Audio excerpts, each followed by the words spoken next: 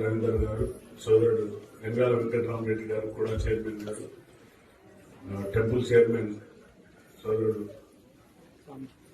ప్రభాకర్ గౌడ్ గారు, additional collector శ్రీమతి సంధ్యారాణి గారు, ZPCO Rama Reddy గారు, జిల్లా సమైక్య అధ్యక్షురాలు శ్రీమతి రజిత గారు, అలాగే వేదికను అలంకరించిన పెద్దలందరికీ మరియు డిఓస్ మరియు సిఏ అధ్యక్షురాలు, వివిధ గ్రామాల నుండి ఇచ్చిన సోదరులకు, సీనియర్ కాంగ్రెస్ నాయకులకు, అలాగే మీడియా మిత్రులు, ప్రింట్ అండ్ ఎలక్ట్రానిక్ అందరికీ కూడా నా యొక్క హృదయపూర్వక నమస్కారాలు.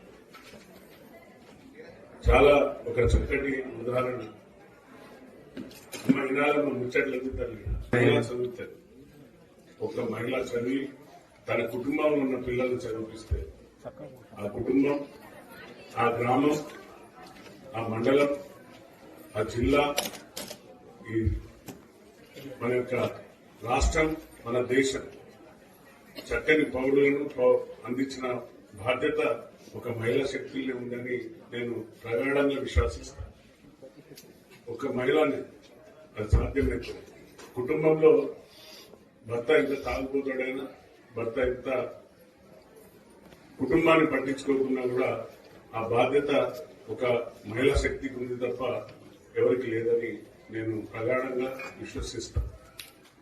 ఎందుకంటే నా 35 ఏళ్ల సర్వీసులో చాలా చూసిన ఇలాంటి సంఘటనలు. ఒక కుటుంబాన్ని వదిలేసి